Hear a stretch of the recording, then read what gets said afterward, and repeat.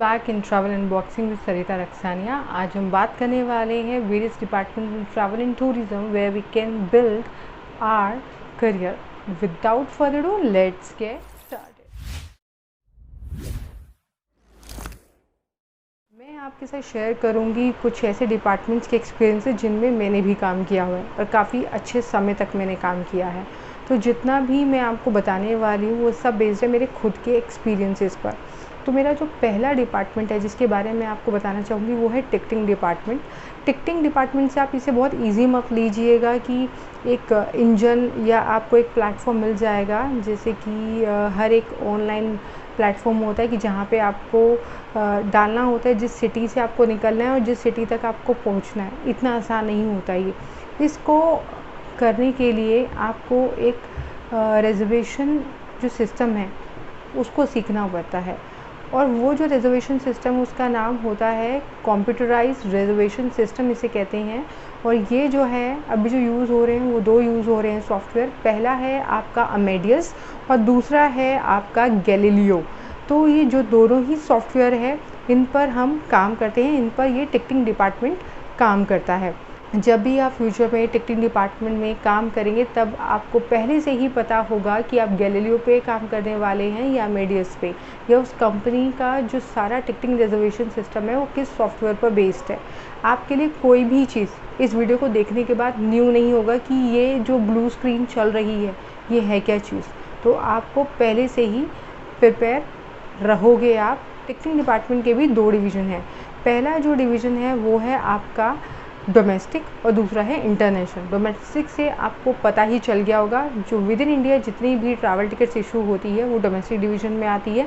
International में out of India, India को छोड़कर आउट ऑफ इंडिया की जितनी भी टिकट्स हैं जो रिजर्वेशंस बनते हैं वो सब जो है इंटरनेशनल डिपार्टमेंट में आते हैं। तो चॉइस आपकी है कि आपको कौन से डिपार्टमेंट को चूज़ करना है, टिकटिंग में भी डोमेस्टिक को या फिर इंटरनेशनल को। आई होप आपको समझ आ गया होगा कि जो टिकटिंग है वो काम करता है CRS पे, जिसकी फुल फॉर्म है कंप्यूटराइज्ड रिजर्वेशन। मूव करते हैं अपने सेकंड डिपार्टमेंट के बारे में। जो सेकंड डिपार्टमेंट है वो है आपका वीज़ा डिपार्टमेंट। वीज़ा जो है, वीज़ा को मैंने अपने एक्सपीरियंस पे कुछ कैटेगरीज़ में डिवाइड किया है। वीज़ा के थ्रू आप हेल्प करते हो अपने क्लाइंटेल को या तो ट्रैवल में या फिर बिज़नेस के चलते वीज़ा ऑब्टेन कराने में। वीज़ा डिपार्टमेंट काम कैसे करता है मैं थोड़ा सा आपको इसमें हल्का सा ब्रीफ दे देती हूँ। वीज़ा डिपार्टमेंट के लिए आपको पता होना चाहिए कि वीज़ा ऑन अराइवल क्या होता है और प्री वीज़ा सर्विसेज क्या होती है।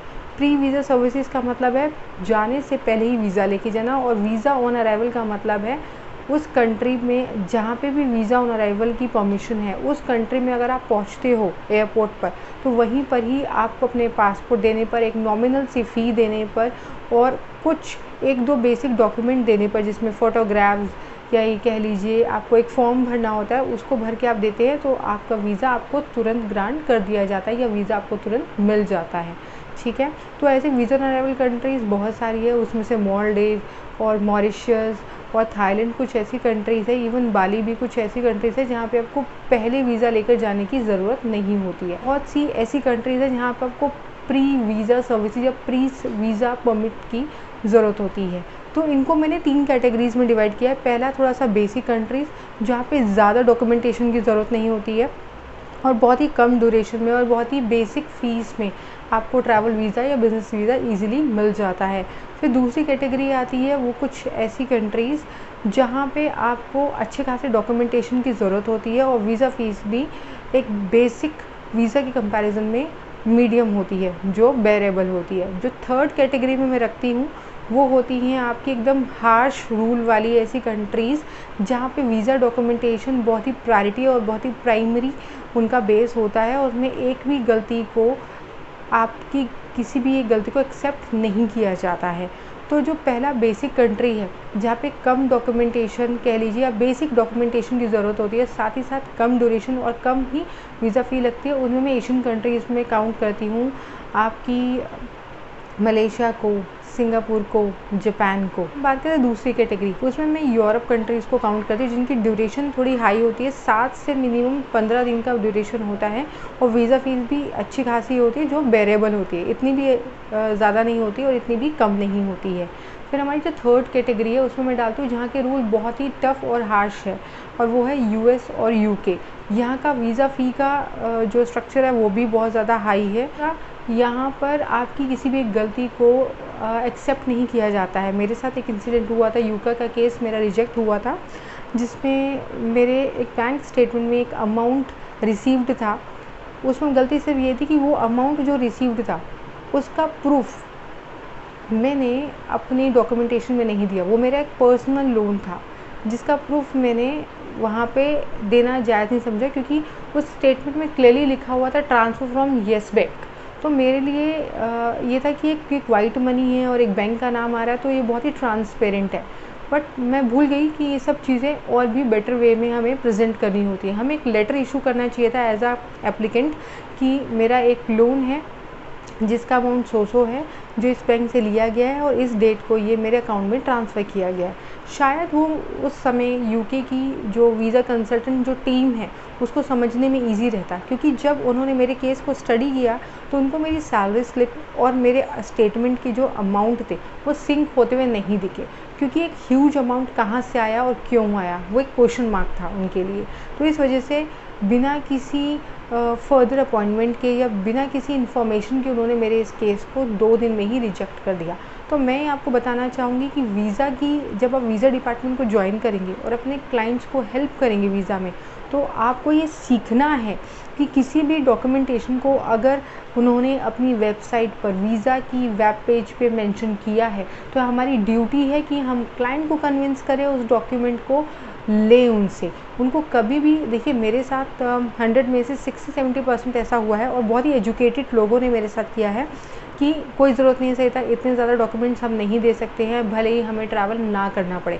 इवन ये बातें उन हाई एंड डॉक्टर्स ने भी करी है जो एक बहुत ही रेनाउंड हॉस्पिटल्स में काम करते हैं। तो प्लीज़ आप उनकी चलने मत दीजिए। आप जब भी वीज़ा डिपार्टमेंट को ज्वाइन करेंगे और आपको सिखाया जाएगा कि 1 से लेकर 10 तक डॉक्यूमेंटेशन आपको चाहिए, उसके बिना आप केस सबमिट या एक्सेप्ट नहीं कर सकते, तो आप बिल्कुल नो बोल दीजिएगा। आपको समझना पड़ेगा कि आपकी एक गलती से क्लाइंट की ट्रैवल हिस्ट्री ख़राब हो सकती है। कंसल्टेंट अपने क्लाइंट को एक आइडल पैकेज डील देता है उसकी रिक्वायरमेंट के अकॉर्डिंग। तो अगर आप ट्रैवल कंसल्टेंट को ज्वाइन करते हो, उनकी ड्यूटी होती है एंड टू एंड ट्रैवल की हर एक इन्फॉर्मेशन अपने क्लाइंट्स को देना, चाहे वो उस कंट्री का वेदर हो, चाहे उस कंट्री की करेंसी हो, वहाँ पर अगर कोई सोशल या मास गैदरिंग हो रही है तो पहले ही वो इन्फॉर्मेशन अपने क्लाइंट को दे दे, जिससे उसके ट्रैवल में आने वाली प्रॉब्लम सॉर्ट हो जाए। तो मेरा ऐसा मानना है कि आपका जो ट्रैवल कंसल्टेंट होता है आपकी हर एक छोटी, हर एक बड़ी, हर एक रिक्वायरमेंट का ध्यान रखता है। ट्रैवल कंसल्टेंट आपको ट्रैवल से रिलेटेड हर एक इन्फॉर्मेशन भी प्रोवाइड करता है, जैसे कि आपकी डे वाइज आइटनरी, इवन आपके कंट्री से जाने से लेकर वापस आने तक की सारी इन्फॉर्मेशन वो आपको देता है।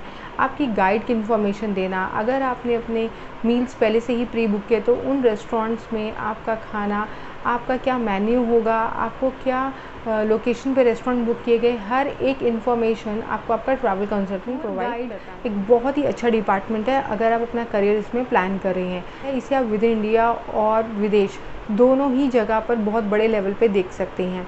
अगर मैं बात करूँ विद इन इंडिया की, तो मैं आपको प्लीज़ सजेशन दूंगी, अगर आपके पास कोई भी एक्स्ट्रा लैंग्वेज का बेनिफिट है, अगर आपको फ्रेंच आती है, इटालियन आती है, स्पेनिश आती है इंग्लिश के अलावा, तो ये आपका प्लस पॉइंट है। क्योंकि जब भी फॉरेनर्स हमारे इंडिया में ट्रैवल करते हैं और ख़ासकर फ्रेंच, स्पेनिश या ये कह लीजिए कि इटालियंस, जब उनको एक अपनी ही लैंग्वेज से रिलेटेड एक लोकल गाइड प्रोवाइड किया जाता है तो उनका जो एक कनेक्शन होता है वो बहुत अच्छे सिंक करता है और उनका जो काम होता है वो बहुत ही क्लियर होता है। तो ये बहुत ज़्यादा ज़रूरी है। फिर मेरा एक और मानना है कि इसमें क्लाइंट अपने आप को उस गाइड के साथ एक सिमिलर लैंग्वेज के बेस पे ज़्यादा कनेक्टेड पाता है। ठीक है, अगर अब बात करें कि फॉरेन कंट्री में अगर आप गाइडिंग करना चाहते हैं तो प्लीज़ आपको पहले ये डिसाइड करना है कि कौन सी ऐसी कंट्री है जो आपको ज़्यादा पैशनेट या अट्रैक्ट करती है। आप उस कंट्रीज़ के बारे में चेक कर सकते हैं कि उनका हर एक कंट्री का गाइड सर्विस को लेकर गाइड का जो डिपार्टमेंट है उसको लेकर हर एक डिफरेंट कैटेगरी है, एक सर्टिफिकेशन कोर्स है, एक ड्यूरेशन है, एक सर्विस फीस है। तो डिसाइड आपको करना है कि आपको यूएस में करना है, यूरोप में करना है। यूरोप में करना है तो कौन सी कंट्री में करना है और कहाँ से आप करना चाहते हैं, क्योंकि हर एक कंट्री का एक जो गाइड स्टडी का जो प्रोसीजर है, जो इंस्टीट्यूट है वहाँ के, जो ऑर्गेनाइजेशंस है सर्टिफिकेशन की, वो सबका प्रोसीजर अलग अलग है। तो गाइस अगर आपको इनमें ऐसी कोई भी ऐसी इन्फॉर्मेशन चाहिए जो आपको लगता है मैं आपको प्रोवाइड कर सकती हूँ, तो प्लीज़ आप कमेंट बॉक्स में मेरे से क्वेश्चन पूछ सकते हैं, ताकि मैं इस पर आपको अपने एक्सपीरियंस के बेस पर कुछ जो आखिरी डिपार्टमेंट है जिसके बारे में आपको बताना चाहती हूँ वो है क्रूज़ लाइन। अगर आप इस नाम से सोच रहे हैं कि आपको क्रूज़ पर काम करने का मौका मिलेगा, नो गाइस, मैं क्रूज़ लाइन पे काम करने की बात नहीं कर रही हूँ, क्रूज़ लाइन का बैकएंड ऑपरेशन में काम करने की बात कर रही हूँ। मतलब कि ट्रैवल कंसल्टेंट की तरह ही क्रूज़ लाइन में ये देखते हैं कि जो क्रूजेज़ हैं वो वर्ल्ड वाइड हर एक कॉन्टिनेंट में चलते हैं। एशिया कॉन्टिनेंट में काफ़ी क्रूजेज़ चलते हैं, या फिर यूरोप में, यूएस में, ऑस्ट्रेलिया, न्यूजीलैंड में। तो जो ये कंट्रीज़ हैं इनमें जो क्रूजेज़ चलते हैं, तो आपको ये टारगेट करना है कि कौन सी ऐसी कंपनी है जिसको आपको टारगेट करना है। आपको एशियन क्रूज़ लाइन को काम करना है, आपको एशियन क्रूज़ लाइन कंपनी में काम करना है जो सिर्फ एशियन क्रूज़ को ही देखती है, या आपको ऐसी क्रूज़ लाइन को फॉलो करना है जो यूरोप में या अमेरिका में, कनाडा में, ऑस्ट्रेलिया, न्यूजीलैंड में भी करती है काम। तो इसमें क्या होता है कि आपके पास जो भी इंक्वायरी आती है उसमें आपको देखना होता है कि क्लाइंट का जो बजट है, क्लाइंट की जो रिक्वायरमेंट है, उसके अकॉर्डिंग आपको वो क्रूज़ का पैकेज उन्हें देना पड़ता है। आपके साथ शेयर किए ट्रैवल के बहुत सारे डिपार्टमेंट ऐसे जहाँ पे आप अपने करियर को बिल्ड कर सकते हैं। तो गाइस मैं लेकर आती रहूँगी ढेर सारी बहुत ही ऐसी यूज़फुल इन्फॉर्मेशन जो आपको बहुत ही करियर में हेल्प करेंगी। सो मेरे चैनल को लाइक, शेयर, सब्सक्राइब करना ना भूलिएगा। Thank you so much.